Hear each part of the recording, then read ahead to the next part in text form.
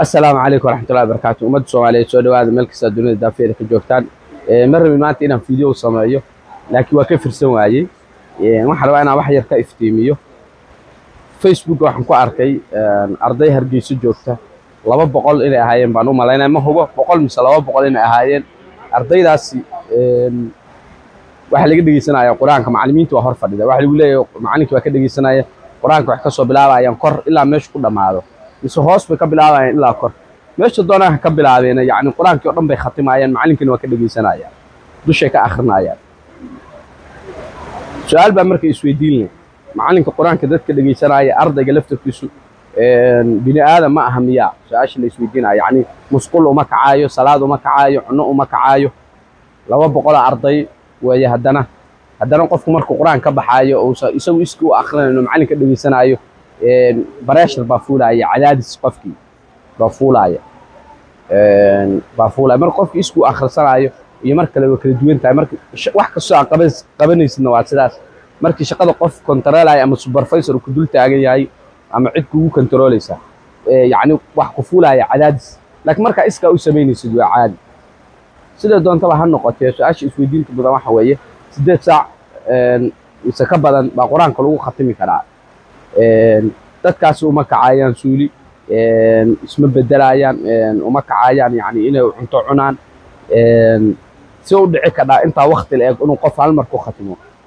waxyaalaha qaar markii la soo tabinayo waxa fiican in caqliga lagu daro oo wax dadka maskaxdooda qaadan kara oo dadka caqligooda in la ixtiraamo oo wax maskaxda dadka qaadan karaan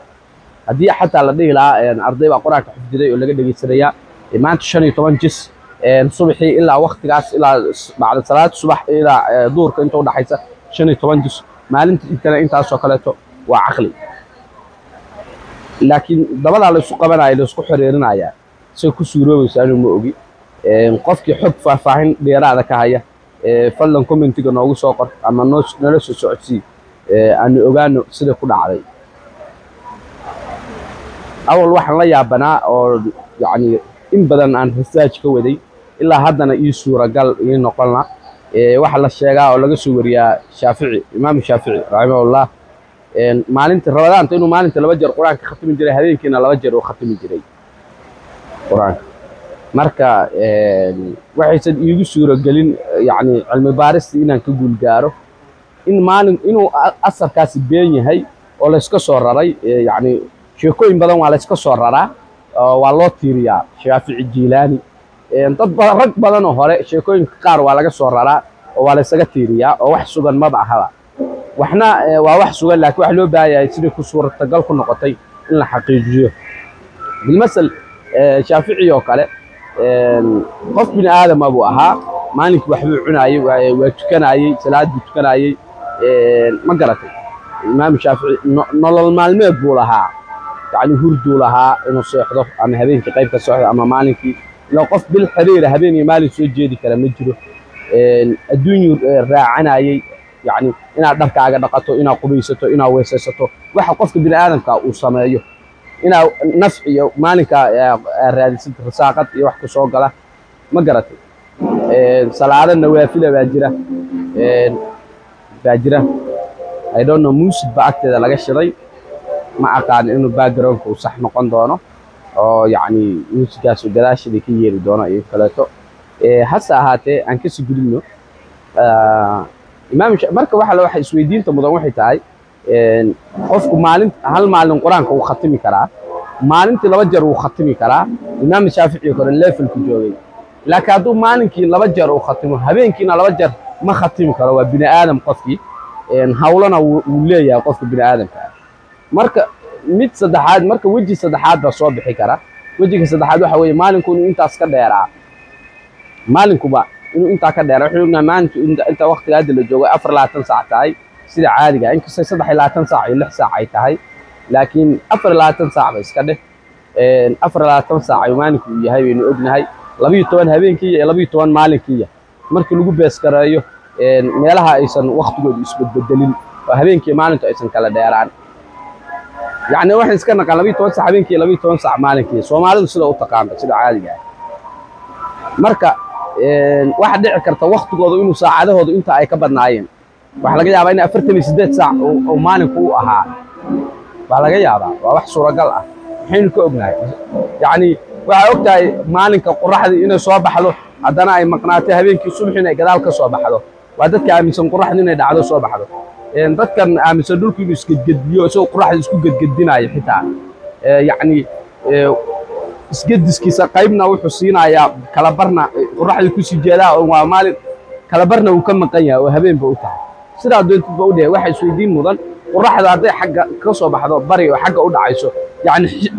speedka ay ku socotay ama xawaariga ay ku socotay miyaa hadda soo dheeraynaysaa oo waagi hore waa gaabin jirtay yani waagi hore tartiib bay qorraxda u socon jirtay oo tartiib bay u dhici jirtay